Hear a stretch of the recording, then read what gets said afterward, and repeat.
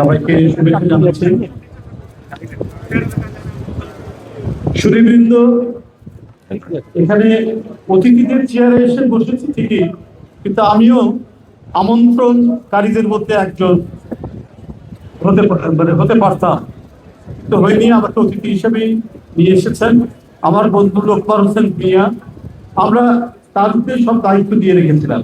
আমাদেরকে যদিও মোহাম্মদ আলীর সাথে জড়িত করেছেন, সেই সমস্ত কিছু আমাদেরকে নিয়ে এসেছেন অনেক দিন থেকেই মোহাম্মদ আলীর সাথে জড়িত, কিন্তু আমরা আমাদের উপর যে দায়িত্বটা থাকা দরকার, যে করণীয় গুলো করা দরকার, সেগুলো আমরা লোকমান হোসেন মিয়ার উপরে ছেড়ে দিয়েছিলাম। বাবা, তুমি করো, তুমি দেখো, আমরা তোমার সাথে আছি।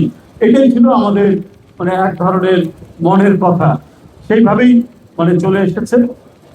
যাই হোক, আমরা ছোটবেলা থেকে যখন ক্রীড়া চেতনা আমাদের মধ্যে এসেছে, আমরা সেই সময় থেকেই কেন জানি এই স্পোর্টস সংগঠনটির সাথে আমাদের মন প্রাণ সব আমরা জুড়ে দিয়েছি। আমি 70 দশকের শেষের দিকে যদি বলি, ওই সময় আমরা কলেজ পার হয়ে ইউনিভার্সিটিতে ভর্তি হচ্ছি। শুধু একজন বিখ্যাত ব্যক্তির সাক্ষাৎকার আমি করেছিলাম সেই সময় দৈনিক পত্রিকায়। তাকে জিজ্ঞেস করেছে যে আপনি ওই সময় জনপ্রিয় দুইটি দল মোহামেডান এবং আবাহনী, তো এর মধ্যে আপনি কাকে সমর্থন করেন? তখন এটা নিয়ে ক্রীড়া বলতেই তখন এগুলো নিয়ে আলোচনা। তো বিখ্যাত লোকেরা, তিনি কিন্তু একজন অভিনেতা ছিলেন আমার যতটুকু মনে পড়ছে, তিনি বললেন যে আমি ঐতিহ্য আমাকে টানে, ঘটনাই আমাকে অনুপ্রাণিত করে, এবং সেদিন থেকে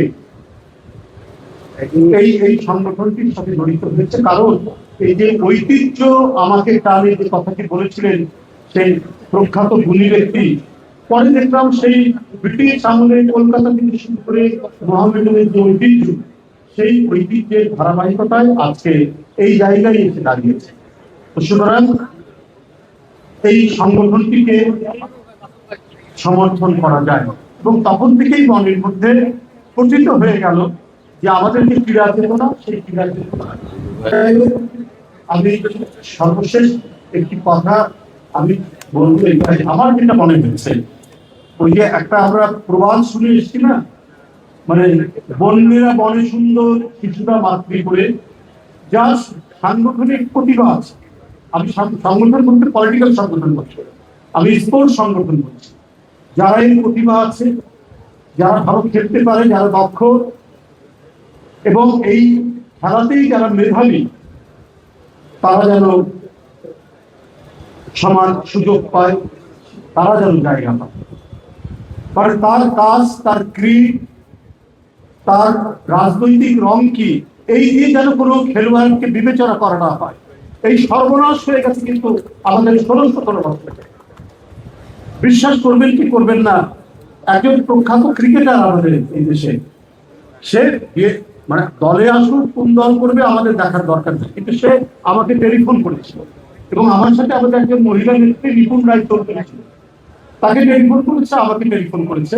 সে বললো যে ভাই, আমি তো স্পোর্টসম্যান, আমি তো ক্রিকেটার, আমি নির্বাচন করতে চাই জেএমপি থেকে। তো খুবই আনন্দিত হলাম। আমি বললাম, তোমার মতো একটা ছেলে যদি আসে, আমি ওইভাবে চাই না যে তুমি খেলা ছেড়ে চলে আসো, কিন্তু তুমি করতে চাও, নিশ্চয়ই আমি রাজি আছি। সেটা 2018 সালের আগের কথা। পরে দেখলাম সে আরেকটি রাজনৈতিক দল থেকে সে নির্বাচন করে এমপি হয়েছে। আমার মনে হয়েছে তার উপর চাপ প্রয়োগ করা হয়েছে, তাকে নানাভাবে উৎপীড়ন করা হয়েছে, এবং তার যে খেলার যে প্রতিভা এবং তার জাতীয় আন্তর্জাতিক যে পরিচয় খেলার মাধ্যমে, সেটিকে বিস্তীর্ণ মুছে দেওয়ার জন্য নানাভাবে চাপ প্রয়োগ করে তাকে নিয়ে যাওয়া হয়েছে তার দিকে। এইটা কেন? এটা তো হতে পারে। এই যে আমিনুল আজকে ক্রীড়া মন্ত্রী হয়েছে, ও তো খুব বরেণ্য একজন ফুটবলার ছিল, সে গোটা জাতির নেতৃত্ব দিয়েছে ফুটবলে গোটা বিশ্বে। আমি তার মধ্যে দেখেছি খেলার ক্ষেত্রে আমি কোনো বর্ণ বৈষম্য এবং তার রাজনৈতিক রং কিভাবে, তার রাজনৈতিক রং থাকা যাবে কিনা, এবং কিভাবে আমি তার সাথে অনেক ইন্টারাকশন করেছি, মিথস্ক্রিয়া হয়েছে, আমি তার মধ্যে পাই। যদিও সে তখন বিএনপিতে মোটামুটি ভাবে একজন দক্ষ নেতা হিসাবে নিজেকে পড়েছে, কিন্তু স্পোর্টসের ক্ষেত্রে যে প্রতিভাবান, যার যোগ্যতা আছে, যার দক্ষতা আছে, যার মেধা আছে, তাকেই তিনি দিয়ে সে যদি আন্তর্জাতিক মান ভেঙে তার রাজনৈতিক পরিচয়, তার পিতার পরিচয়, তার বাবার পরিচয় যাই থাকুক না কেন, সে মূল্যায়িত হবে, সে জায়গা পাবে, সে স্থান পাবে।